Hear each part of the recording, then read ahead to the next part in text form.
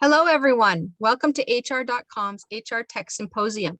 This event was created to provide HR leaders the resources they need to succeed. We have just introduced new resources and professional development options for you and your teams with our new Prime membership packages. Please visit the HR.com booth in the exhibit hall or contact memberships@hr.com to learn more. Thank you for joining us for the webcast, An Employee-Centric Approach to Retention, presented by Tim Peffers. This webcast has been pre-approved for an HRCI credit. Please be sure to attend the complete webcast in order to receive your credit. You will receive an email from HR.com within 2 business days, which will include the certification credit information. You may also log into your HR.com account and view the credits you have received. If you have any questions during the webcast, click on the Q&A box in your webinar controls and type them in. And now it is my pleasure to turn it over to our presenter. Thank you very much, and welcome everyone to my presentation. Thank you for attending. Really appreciate you guys being here. If you're in the UK, extending that work week and not quite logging off just yet. And good morning to everyone who's in the US. My name is Tim Peffers. I work in people analytics, so very much an HR data geek. I work for Philip Morris International, where I lead up a small team of data scientists within our people and culture function, really looking at some advanced analytical studies around, kind of how can we improve engagement, how can we retain our employees, how can we boost performance, especially in our sales area, how do we get better customer engagement, and all these other wonderful things, including things like employee well-being. How do we safeguard that within this kind of pandemic and COVID world? So have some really interesting, fun use cases. And today we're going to focus on retention, but I really want to kind of mix up the approach a little bit today. I know often when I go to conferences or I attend them virtually like this, I get a little bit frustrated when people kind of give the sort of strategic and the kind of slightly more conceptual idea of some of these things. And I really like, to kind of have those kind of how do I actually do this? How do I apply some of these learnings and really try and get some insights? So I'm hoping that today we're going to do a bit of conceptual side, so kind of talking about employee centricity. What is it? How do we use it? How is it changing HR? But also giving you some kind of practical tips on how to do it and some insights to take away, that even if you're not able to kind of replicate some of the studies, that hopefully you've learned something, and then you can kind of see, and actually it's food for thought that hopefully you can then implement in your workplaces and make them an even better place to work. So as I said, I work for Philip Morris International, but I also have my own YouTube channel, which is very much around strategic workforce planning and people analytics. So if you enjoyed today's session, please do have a look. There's videos there around the future of work, around skills, how do we use data, how do we do strategic workforce planning, anything that's coming into my brain and I feel needs to be let out there and shared. Short videos between 5 and 15 minutes of how-tos and my ideas, and should be hopefully interesting if you enjoyed this presentation. In terms of being a bit of a people geek, I'm very conscious that I can be a little bit confusing. I can talk too much. I can, kind of throw out some concepts very quickly. So if there is anything that you don't understand, or that I've used an acronym and it's not very clear, please do put it in the chat. Please do ask questions if there's something that you need to know right now.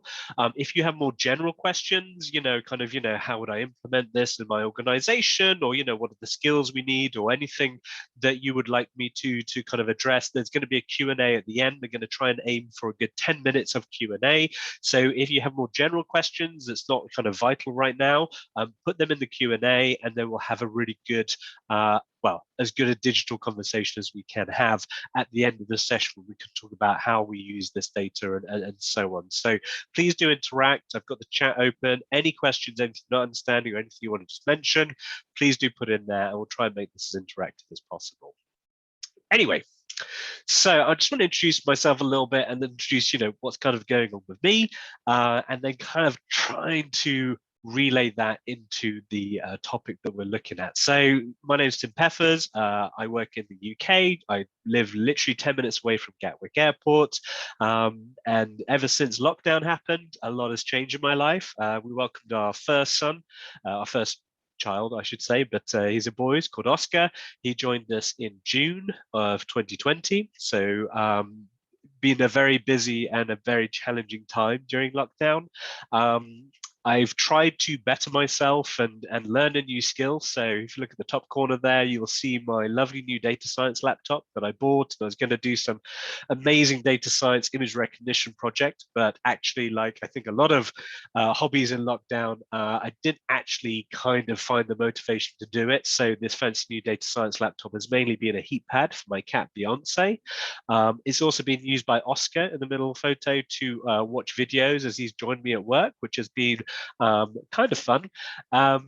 Towards the end of the first year of lockdown, though, I started thinking, okay, I really want to kind of do something and learn a new skill. And so I kind of got into barbecuing and have now perfected, or at least to my standards, perfected the art of slow cooking. So I'll put a nice big brisket or a tomahawk steak into the barbecue, start of the day, slow cook it through the entire day as I'm taking calls or doing work. And then by the time I finish work at 5 o'clock or 6 o'clock, there's a lovely, nice, sort of barbecue with roast potatoes and everything else in there waiting for me. And it's a lifestyle that I've really grown to enjoy. So now that as our company is starting to move back into the office, it's something that's going to be a bit of a challenge. And part of the reason I wanted to tell that story is because the relationship between employees and the workplace and work is obviously changing hugely.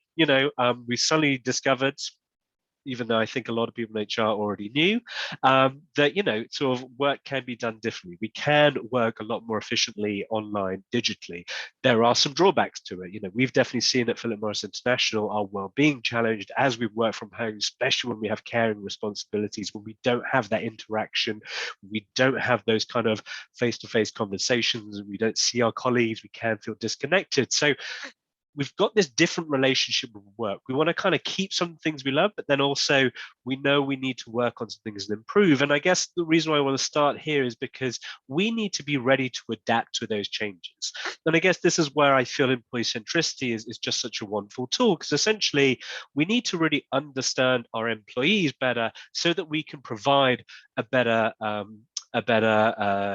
relationship, and we can provide better benefits, better services, and retain that talent. So before we get into employee centricity, want to take a minute to talk about where it's come from, which is customer centricity, right? And like a lot of things that we've seen in HR that we've kind of taken from other areas of the business, this is nothing new. This is something that has been tried and tested, and we know from a commercial point of view that this works. So why not apply it to HR? And essentially, consumer centricity is really understanding your customers and then orientating everything you do, the services you provide, the the products, the services, the communication, to benefit your customer and make sure that you're really kind of giving them exactly what they need, but also avoiding some of these pain points that might come up along that journey, along that relationship with you, in our case for HR, the employer, but for our customers, the service provider. And there's lots of different ways to do this. I'm not an expert in customer centricity, but a really good model that we've used for our use case when we've looked at retaining our talent at Philip Morris International is this listen, learn, analyze, action plan, and retain, these kind of 5 steps. So let's just go through that nice and slow. So really listening is so important in customer centricity. We as human beings have this thing where we assume that everyone else thinks like us. And actually that's complete rubbish. There is no such thing as common sense. We all think there's common sense because when we face a situation, we think, well, the obvious thing to do is what I would do. But actually, we all think differently. We all have different viewpoints. We all prioritize different things. We all want slightly different things, and we see the world in slightly different ways. So it's super important to listen to our customers, or in our case, our employees, and really understand, what are they wanting and what are their perceptions? So this is the other thing about employee centricity that's super important. You have to understand that your customers, your employees, to them, their perception is the key. So when we talk about retaining talent, let's say one of the ways you want to retain them is through reward and benefits, right? It doesn't actually matter to our employees whether we pay on the the median or the 50th percentile or the 75th percentile or wherever. Okay, we can go and do our pay benchmarking and say no, we're absolutely fine. The key though is your employees have a perception, and to that perception to them is absolutely key. So it has to start with listening, not us looking at the data and analyzing from our point of view. Are we in HR doing the right job? Are we paying the right amount? Are we competitive at the salary? We need to understand from employees, what is their perception? So then once we have that perception, we can go about either understanding why potentially that perception is there and maybe where it might be kind of a bit weird, or maybe what's behind that perception, or we need to go and actually adapt the way that we do things so that we can then satisfy that need from our customer. And that's where the second part comes in. We really need to learn from our customer. It's really important at this point to really understand what is the problem, and also, is this big enough for us to really drive some kind of big initiative? Okay, we need to listen and learn, and then really make a decision around, actually, is this a high priority problem? Okay, and again, when we talk about retaining talent, that's such an important thing, because yes, we all are worried about employees leaving, and we're all worried about turnover, we're worried about losing critical talent and high performers, but first we need to understand, actually, A, is this a big problem? And B, how is it actually impacting us? So, we may want to retain more talent, but actually, if the business is downsizing, or actually if we, we actually need different skills coming in, turnover isn't necessarily a bad problem. So we need to listen to the problem, learn exactly what is going on, and then make that judgment about, is this a big enough business problem to then put in massive interventions or do this analysis? If we're happy that we understood exactly what the problem is, and we know that this is a strategic priority, then we get into the analysis. And I think this is super important, and this is where, hopefully I'll be able to give you a whole load of ideas about how we can analyze and what kind of data we can use and what kind of insights we can drive. But we really want to get away from, just using people's perceptions. Yes, we all may think, the pay is terrible at our organization. Okay, well, does the data bear it out? And actually, when people talk about pay or benefits or whatever it is, what exactly are they saying? Can we map exactly what is happening? Okay, we need to think about our employees. When we talk about customer centricity or employee centricity, we need to think about exactly what they're doing all the way through their work life or their customer experience. We need to map that and really understand where are the pain points, because we don't want to look at kind of averages or just the kind of the data. We want to understand there's probably going to be what we call moments that matter. Okay, so certain pain points, certain times when this thing or that thing, whether it's sort of career opportunities or pay or performance scores, really do matter. And then these are the areas we want to focus on. So the more that we can kind of find that digital footprint within our employees or our customers, then we can analyze and really understand, rather than we just need to pay everyone more, we need to understand exactly how much and when. And then we can get some really good interventions. And that's where the action planning comes in. Okay, it's all lovely to listen to employees and do some analysis. We need to then make changes and interventions. We need to actually change something. And then the last thing, we talk about retain, we need to measure if it worked. And then we need to repeat the whole cycle. Okay, we need to make sure, okay, can we do that again?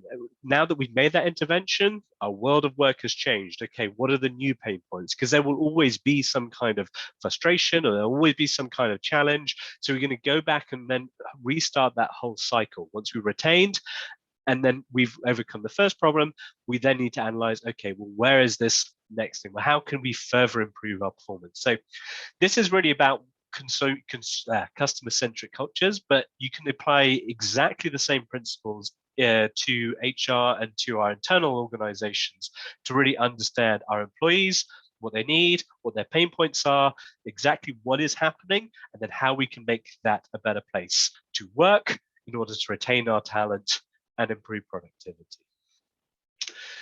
And really, for this purpose of this presentation, I'm really going to talk about a very simple customer journey, or in this case, employee journey. Okay, you can apply these processes to anything, any kind of HR process, maternity leave, or kind of returns to work, or wherever it is that you feel in that listening, when you do the surveys, when you talk to employees, there's frustration.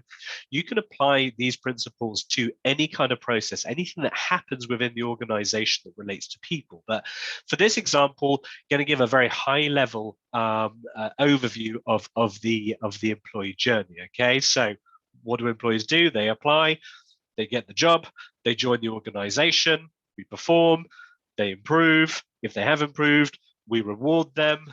They then have to perform, and they just keep on doing this cycle until one day they leave. Either they move on, they retire, or anything else. So this is a very simplistic look at the employee journey, and I would definitely say, once you're kind of getting your teeth into employee centricity, really think about trying to narrow down on very specific processes, whether it's sort of the first day, the induction, or the performance management process, or maybe even the annual pay review process. Any kind of process, you can use these principles too, but for this, very high level, so we can talk about some nice diverse processes that we have within HR. So for this, we're going to really think about retaining employees. Okay, I've picked this subject for two reasons, really. One, I think it's a pretty common priority for our teams and different organizations everywhere. Everyone is always a little bit worried about losing talent,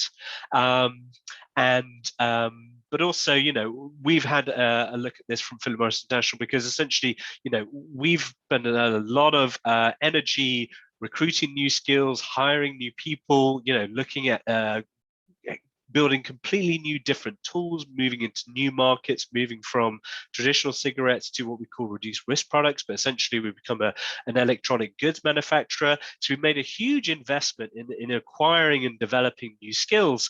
And one of our big pain points is really some of those people who are new to the organization within the first 2 years leave.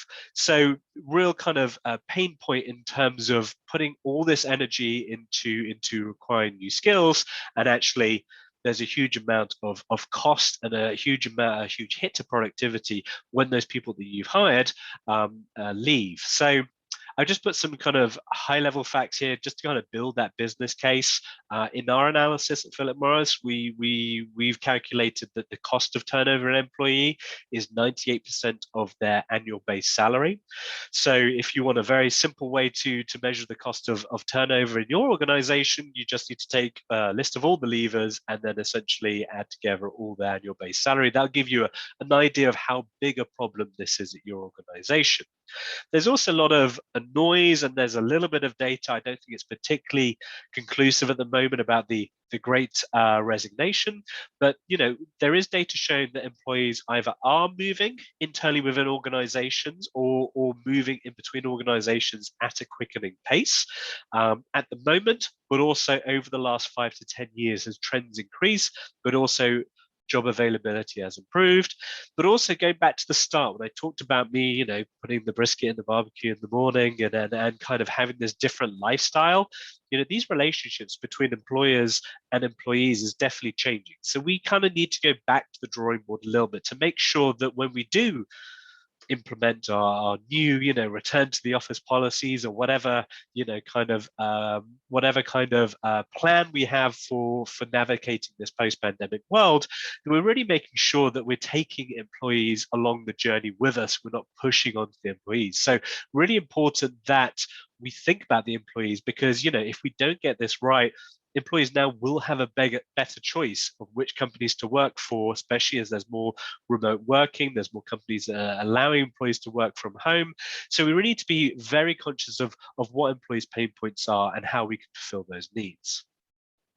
So let's go into the process. The first thing we need to do is listen, and it's real simple when we talk about retention, because most organizations that I've ever worked for or with have exit surveys, right? So we have this gorgeous big data set saying all the employees who've left, or at least the ones who filled in the survey, why did they leave? And all these results, by the way, are slightly sort of amended versions of what we see at Philip Morris International. We changed some of the categories and a lot of the results, but this is not dissimilar to what I've seen over the last 5 to 10 years of my career.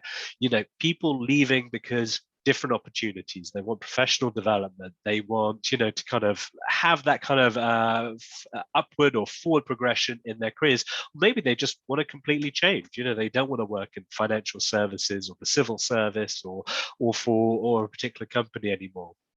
Often people, when they fill in their exit surveys, they talk about better salaries. That's not uncommon. Interesting about exit surveys, if you ask them kind of 6 months later, why did they leave? You tend to see things like salary go down, and you tend to see things like relationships with manager and interpersonal and work-life balance reasons increase. Potentially because of psychological safety, potentially because, people don't like to admit maybe when they leave that they're going for a less of a salary. I haven't seen any conclusive evidence, but this is kind of not dissimilar to what we see generally when people fill in exit surveys. It will vary from company to company, but this is a really great place to start to listen and really understand, well, where might the problems be?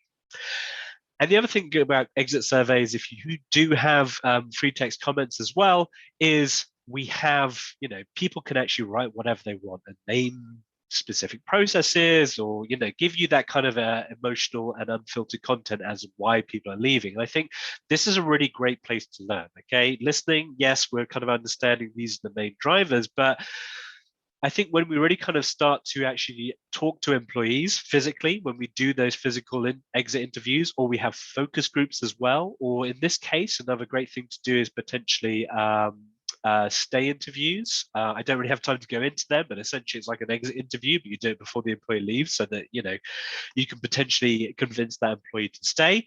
But really understanding when you talk and you start having those rich conversations, rather than just voting on certain, sort of reasons to leave, you start to get a much rounded picture. And you also start to understand things that are unexpected. Okay. These are our amended quotes of people who have left. And we can really understand, sort of things might popping up that we didn't really think about when we designed our exit survey, things around diversity, things around, processes unclear, things around, kind of, let me pull one out. So, if you look in the bottom right, how do I feel about reward? Second comment, I completed a great piece of work in January and didn't wait until the end of the year to be rewarded for it. Okay. It's a nice nuanced comment, and actually it starts giving you a flavor that it's not necessarily about a better salary. It's maybe a little bit more around how quickly that we can give employees feedback and we can give them reward and recognition. So maybe when the people are saying better salary, it's actually more around, kind of instant feedback and not waiting, and our processes are too slow.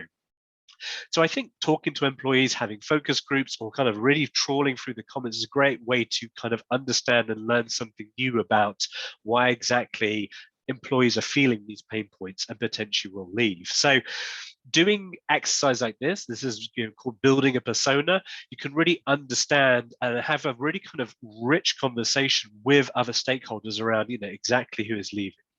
One thing that if you do have a data science team or you're particularly data literate is there's a technique called clustering, where we kind of look at all those different exit interviews. We look at, the people who are leaving. We can kind of start using machine models to kind of group them into different, what we call clusters. But essentially different personas of, sort of these employees are leaving because of, it might be your high performers are the ones who are leaving because they have, promotions and kind of better opportunities. You might have a certain, demographic of employees, who are leaving because of a better salary. You might have a different demographic, I don't know, people who are not returning from maternity leave because of job opportunities or work-life balance and so on. So when you start doing the clustering, you can build individual personas of these different employees and really help understand, it's not just about we generally need to improve opportunities within the organization. We can actually start targeting very specific interventions for very specific processes, like, for example, when employees go on maternity leave or paternity leave, how do we keep in touch? How do we re-energize? Maybe we need to do some retraining. Maybe we need to be more flexible to make sure we retain that talent. Or maybe there are services and benefits that we can offer that's going to enable those employees to continue working with us. Anyway, I'm just all conscious of time. We can now get into the analysis part. So I'm going to try and slow down a little bit here, but this is a classic type of analysis called survival analysis. It's essentially, it comes from the medical world, where, for example, with COVID, what you would do is you would test your new COVID drug. You would give, half of the people participating in the study a placebo. You give half the people the actual vaccine, and then what you would do is you would wait and you would record how many people then contract COVID, or how many people survive and don't get COVID. And what you should see is that the people who got the vaccine, more of them survive. So if we start at the top left, the way to read this is everyone at time 0, there's 100% of them that have survived. So in this case, they've stayed with the organization. And the blue line is our first hypothesis. So the top of our kind of reasons to leave was around promotions and opportunities. So we look at one group of employees who have received a promotion in their first 2 years. So our hypothesis, okay, people who receive promotions more likely to stay with the organization. Nothing particularly crazy about that, but it's a nice way to introduce you survival analysis. So what you see is employees who do get a promotion the first 2 years, far few of them leave the organization. Actually, in sort of year 2, we still retained about 95% of our employees. Whereas the orange line, which kind of drops a lot quicker, are those employees who did not receive promotion in the first 2 years. So after 2 years, we're looking at roughly 77% of employees who did not get a promotion. They stayed. They they survived. They stayed with the organization. This is a really simple way to then look at, well, okay, what is the effect of a promotion? Well, if 95% of our employees who got a promotion stayed, and then only 77 who didn't get promotion stayed, then the effect of getting a promotion is 18%. We've improved our retention ability by 8, or our retention probability by 77% in the first 2 years. In year 3, it's similar, and then so on. So you can see kind of long term, if you can develop and then find that kind of opportunity and enable that employee, that you start to find a new challenge and kind of have some career progression in the first 2 years, you actually see a huge difference in retention long term. And this is another value of consumer centricity. We want to think about a lifetime value. So if you think about a customer, a company might spend £100 or $100 or €100 on advertising to get me as a customer. Will that be a good investment? Well, it depends how long I'm a customer for. If I'm a mobile phone customer and I stay there for 5 years and I'm paying $10 per month, well, actually, yeah, that's pretty good. It's $600. They spent $100, but they got $600 out of me. That's pretty good. If actually I'm going to switch after 6 months and I only paid $10, you've actually lost $40 or £40 or €40 on me. So in terms of customer lifetime value, it depends a little bit how long that customer is going to be. In terms of retention, when we want to try and make the business case, we do analysis, you want to think, right, okay, if we have to give someone a pay increase or a promotion or an opportunity or an additional benefit, can we make the business case that if we retain them after 5 years, we can think about the cost versus how expensive it is to replace that employee, which again, for us, 98% of the employee's annual base salary. So we can start calculating the probabilities of people who are going to leave versus, how much we need to spend to retain them. That's when we make a really strong business case about, okay, this is a really good investment and we should do it. Or potentially, if your organization is thinking, actually, we've probably got too many people, there's going to be attrition, this is maybe somewhere we don't need to invest because actually there isn't the return on investment that we really want. So this is survival analysis, real simple, and kind of shows visually very simply, like, how certain interventions can retain talents. Now, this one is a little bit of a test, so I'm going to let you digest it. But if you can put your comments in the chat, if you work out anything that looks wrong or looks weird with this graph, please do. I'd love to see if everyone's sort of picked up survival analysis and can see anything a bit weird. But essentially, we looked at originally, job opportunities, lateral moves, promotions, regrading, all these different all these different things that happen in the employee journey, and then put some percentage values around, okay, how important are those things and how do they improve retention? And no surprise, lateral moves and promotions do help retain employees. The second area we looked at, especially, going back to that first slide around why do people leave, we looked at salary. We asked the question, okay, well, what do we actually mean? So we looked at, people's salary. We looked at, bonuses. We looked at individual payments, so bonus payments. We looked at one-off payments. We looked at compensation ratios. We looked at all these different things, put them into a computer model, and then what came out was essentially, actual salary doesn't matter that much. Bonuses doesn't actually matter that much. The thing that's most important, at least to our employees, is compensation ratio, which kind of makes sense, right? It's not necessarily how much you're paid, it's how much either you're paid compared to your colleagues or how much you could get if you were to go to a different organization. So if you were to move from your job in your organization to an external organization, same level, if your compensation ratio is really bad, presumably you can get better pay or a better pay rise going somewhere else. So we thought, okay, this should be nice and simple. So we did the survival analysis. We looked at all the different compensation ratios, and what we found was essentially a threshold. Okay, so we're thinking, all right, this is real simple. And the threshold was 0.8, so 80% of the median.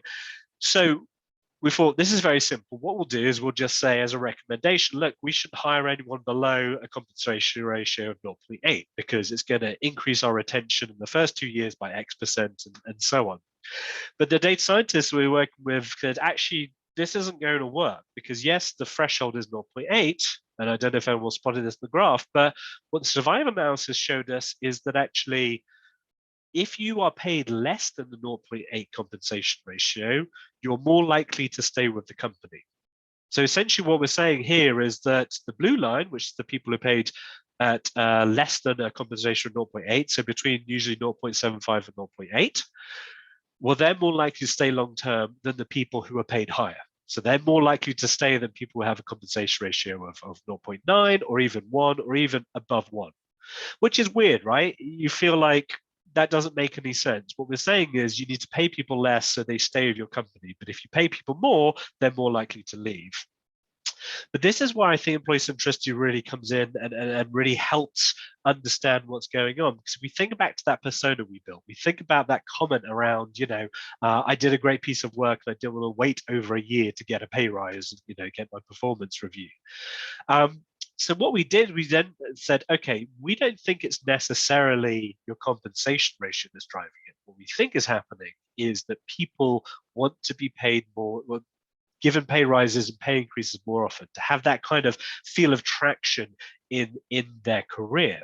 So we put that to the test. So we looked at, okay,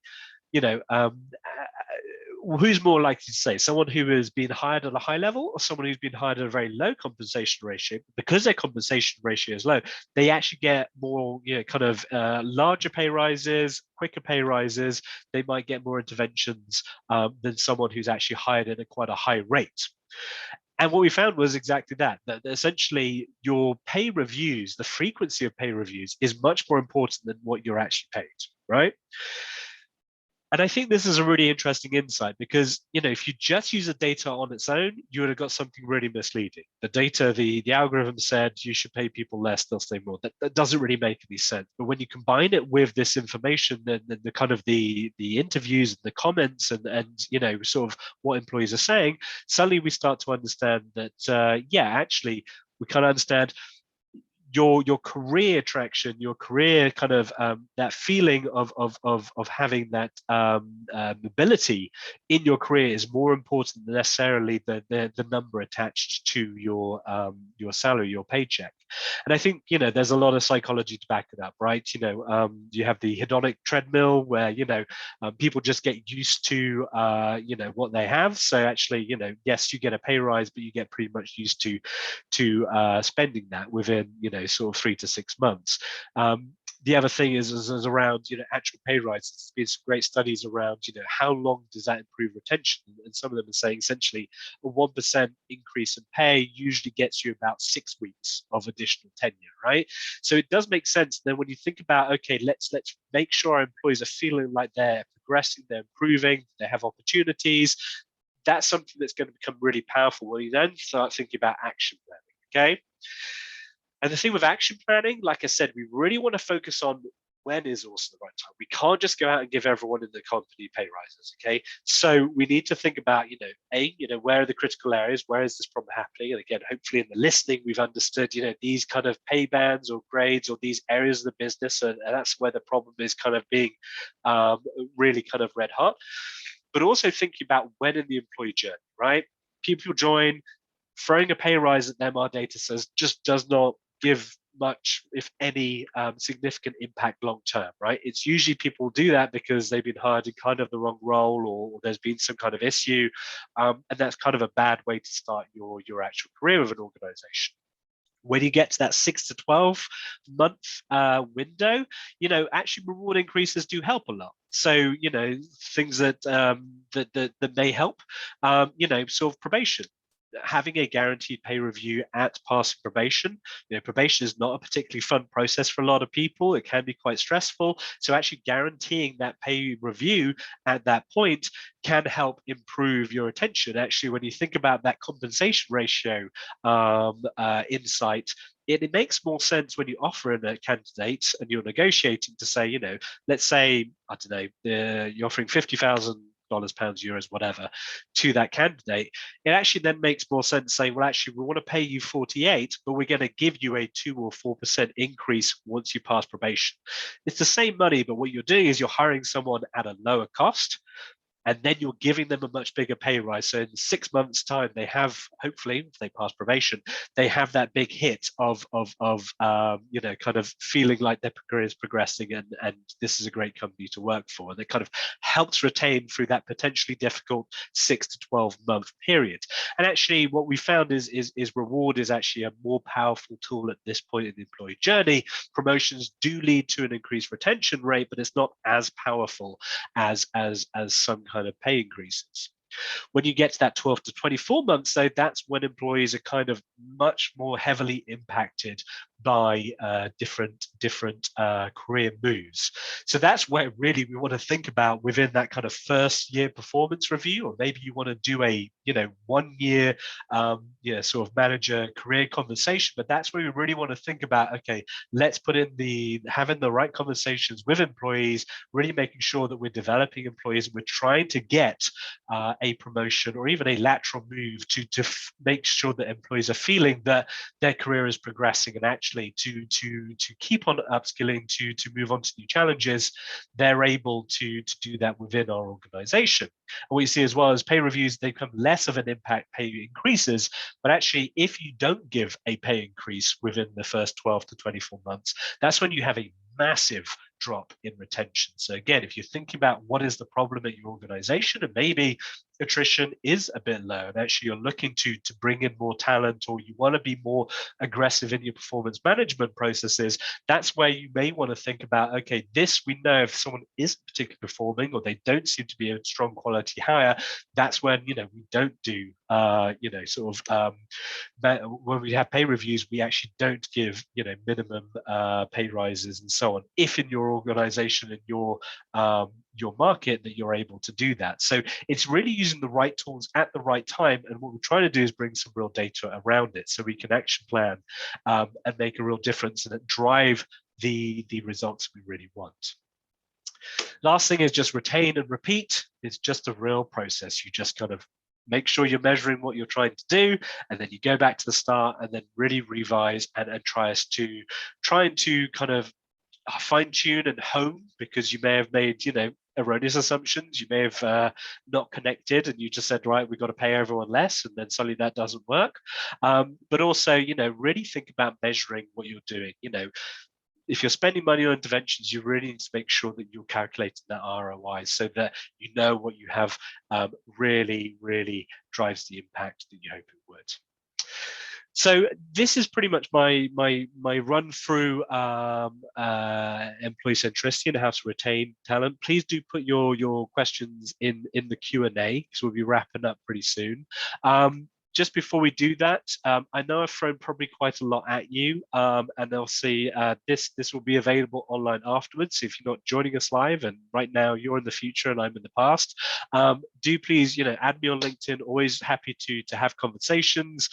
Message me, and more than happy to always kind of put in a 15-minute catch up and kind of understand and have a two-way conversation. I get a lot of people reaching out, especially around kind of more junior employees who are either have an interest in data and statistics and analytics, who want to get into the HR space, or often people who are in the HR space who need to understand how we use these amazing statistical techniques to get the insights that we do. So whatever your need is, or always happy to share. And to sort of make new connections, and I'm very much an open book. So if you have questions or you would like to learn anything, we're happy to share, because essentially, I've got to where I am by other wonderful people sharing their insights and their knowledge with me. Absolutely, always happy to pay it back. The question that I get just before I go on to your question, so please type them in the chat. The question I get a lot around when I talk about these kind of advanced analytics and these insights is how do you do that? It's all very well and good if you have a team of data scientists, right? How do we do this on a more simple scale? Or, how do we get started with this? How do we do this stuff with Excel? And I think for me, the key is often two things. If you kind of feel a little overwhelmed and you don't know how to do things, the first of all is I would really go back to the employee centricity principles in the process, and you can still apply all these different things. You can still do the sort of simple exit survey data analysis. You can do the focus groups. You can create some very simple charts in Excel, and you can do some very simple analysis and follow through the whole process in a very simple way, and kind of really just build that knowledge and that interest within your organization. Okay, people do love data, and I think if you know that there's other statistical techniques out there, don't be afraid to get started, and then make that business case. Hey, if I could just borrow someone from finance or IT, or if you have a data science team within your commercial area, that's how a lot of data science or people analytics teams get started. Just understanding and working collaboratively within the organization. You don't need to hire a whole load of data scientists to start doing this. The other thing as well is you can do a lot of this analysis in Excel. So don't be afraid to sort of start working on it. There will probably be someone within your organization who's super interested whenever you do employee surveys, and super keen to get involved. Maybe there's someone in finance who helps you out with workforce planning. Do find those people out and just kind of work collaboratively with them, because some very simple analysis is often much better than the kind of advanced data science, do all these different significance tests and so on. So I think the key is kind of getting involved, start using those employee centricity principles, start going through that process, and then really thinking about trying to then build and iterate and evolve, and become a bit more techy and a bit more geeky, and start working out, exactly, what should we do? Should we, sort of bring in a new talent marketplace and, sort of create, different roles within the organization? And also, should we go down the reward and the benefit side, or even something else? It could be around remote working. It could be around, sort of flexibility of working hours. It really does change and evolve and depend on your business and your employees. Just going to give 2 more minutes for any questions. If anyone has any, please do drop them in. One thing I would also say is you can apply these principles to any kind of HR process. So retention of employees is a very simple one. You can also do on hiring. Talk to your employees who are going through the hiring process. What's irritating them, and there's probably going to be some very simple things. Are you one of those organizations that gets people to fill in, send a massive CV and send them the covering letter, and then and then you send them an email and they have to sort of type everything in again? What are the pain points that your employees, your prospective employees are having?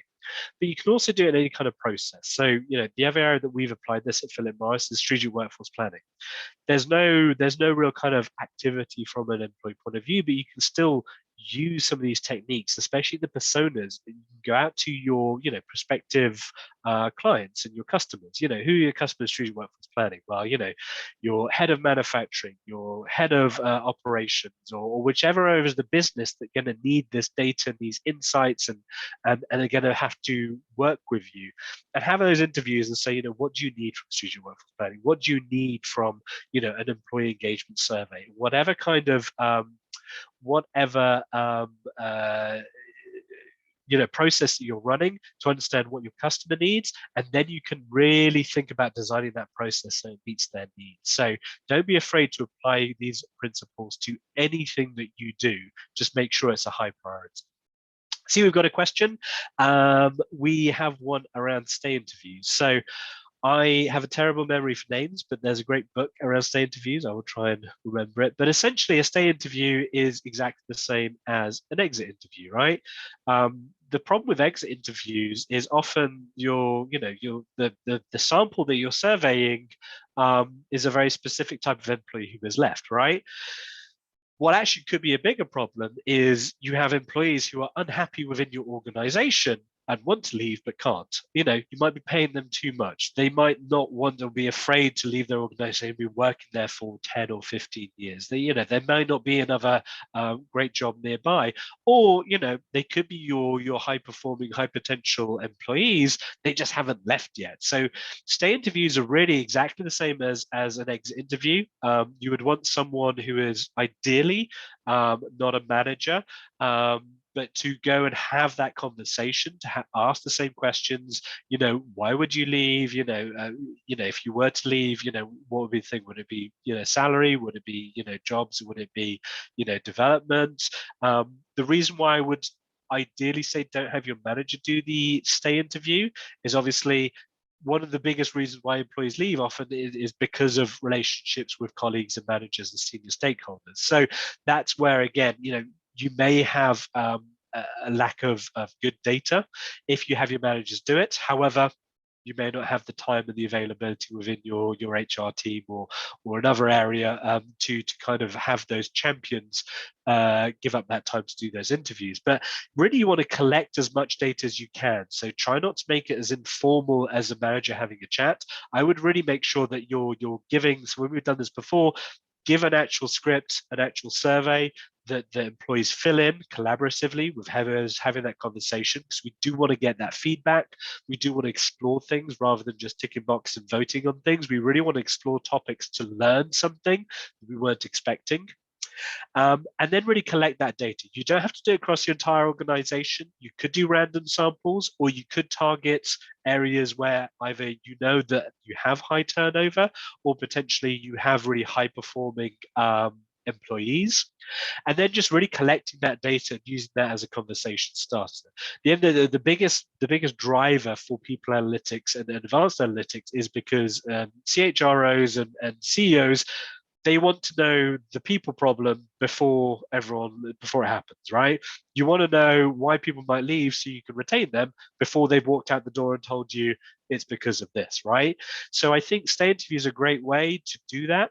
Make sure you have an actual, a data collection, and you don't want to take too many people's time. So kind of keep it quite short and concise, but collect that data, analyze it, and then have that conversation with your CHRO and other areas, and then use that to drive some of these new processes or these new interventions. But yeah, stay interviews, really great tool to use if you, if you are worried about high turnover. Either you've had it, or let's say in your employee engagement surveys, you're seeing a lot of dissatisfaction. You're seeing a lot of mentions around whatever. So it's a great way to then kind of have that focus group and get that feedback. And I mean, I've done these before. It's a great way to really learn about what's happening with your employees. So I would definitely say if you're doing stay interviews and you're kind of doing the analytics part of this work, or maybe your role is around reward or talent, do get in there, have those face-to-face conversations, not all of them, but have those face-to-face conversations so you've got some real context, and then you can really emphasize with your customer / employee when you're doing this employee centricity process. I think I'm very much at time. Very last call for questions, but otherwise, if you've watched this on playback or you've watched it live, but don't have any questions right now, do reach out to me. Always more than happy to pick up questions and discuss anything and share ideas. So if you have any questions or would like to know more, please do reach out. Tim Peffers. And for those who have stayed with us for the full 50 minutes, thank you very much for your time, for your attention, and I hope this was super useful.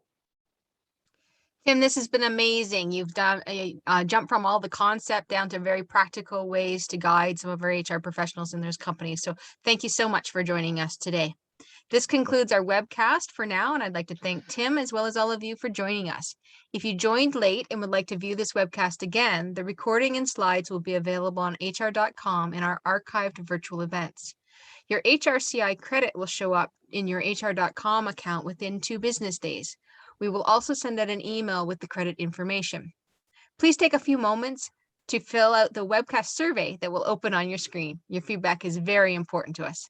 Thank you all and enjoy the rest of the event.